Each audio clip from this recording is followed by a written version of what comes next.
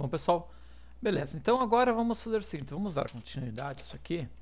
Deixa eu fazer um negocinho aqui. O que a gente vai fazer aqui agora, pessoal? Vamos dar continuidade às nossas videoaulas, só que agora a gente vai fazer aí um algoritmo um pouquinho mais fundamentado, tá ok? Para que depois a gente já possa, já de cara, pessoal, já vamos estar introduzindo esses algoritmos às nossas linguagens de programação C, Pascal, né, e Java. Então, vamos supor que eu quisesse um algoritmo um pouquinho mais elaborado, tá ok? Vamos supor que o meu problema fosse o seguinte: calcular a média de duas notas e mostrar essa média,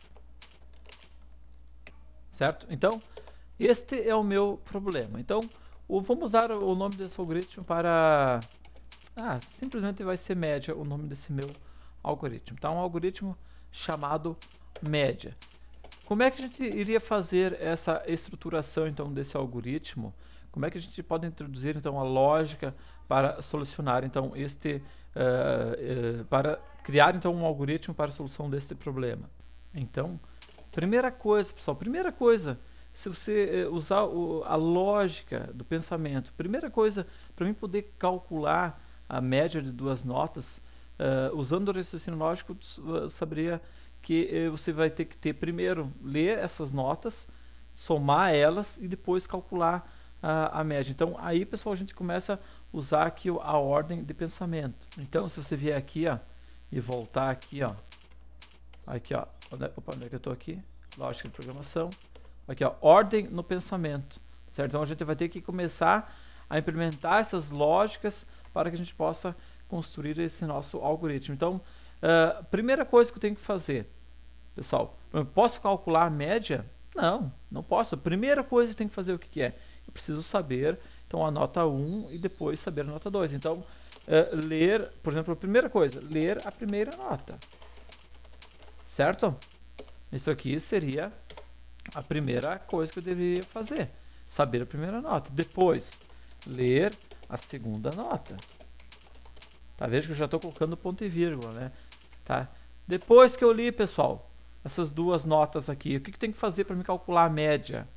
Então, se você usar o teu raciocínio, então você saberia que você deveria então somar as duas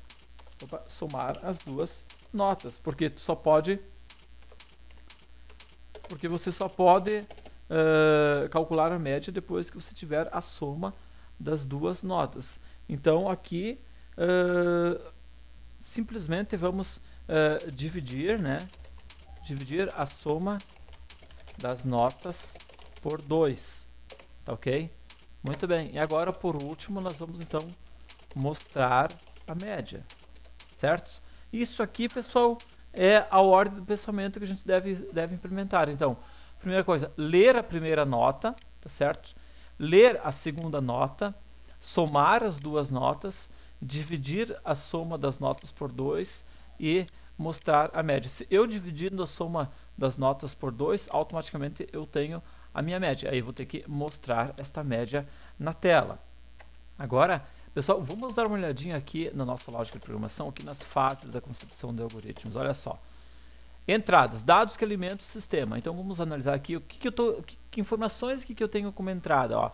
Ler a primeira nota e ler a segunda nota, eu vou classificar elas como entrada, certo? Então, são as informações de entrada. Eu preciso ter esses dados de entrada para que eu possa então manipular esses dados depois. Então esses ler aqui são a minha entrada, certo? Agora, processamento, cálculos e manipulação dos dados de entrada.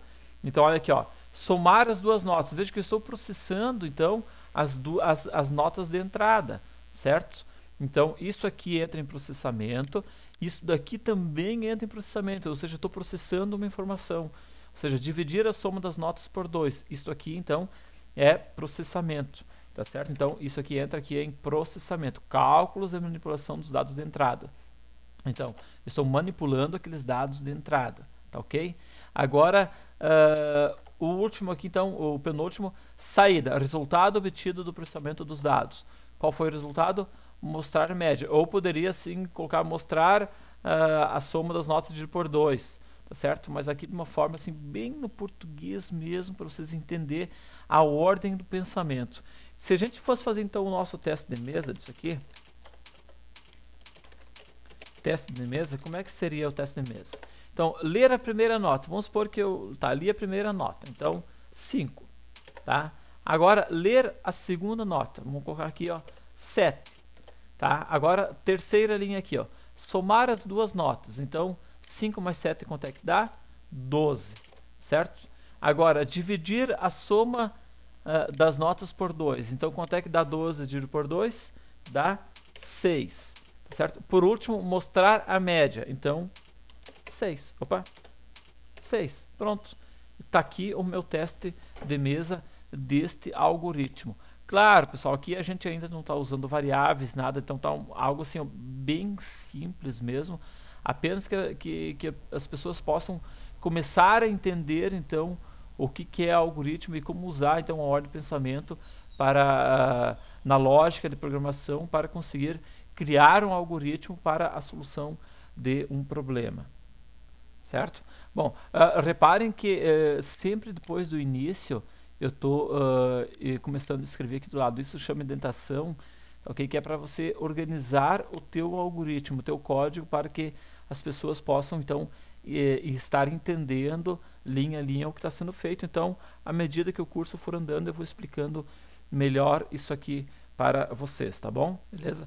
Então tá, pessoal, agora na próxima aula a gente vai pegar este mesmo algoritmo aqui, vamos melhorar ele, vamos começar então a usar aqui variáveis e tipos de dados, tá? Para que isso aqui já possa ser um algoritmo definitivo, um algoritmo que você realmente possa estar implementando em uma linguagem de programação, porque aqui está de uma forma apenas usando então o raciocínio lógico, tá certo? Uma ordem de pensamento para indicar assim, o que deveria ser feito primeiro. Ler a primeira nota, ler a segunda, somar, calcular a média e mostrar a média, tá certo? Só que aqui ainda não está pronto, ainda não é um algoritmo que tu possa realmente estar depois implementando em uma linguagem de programação.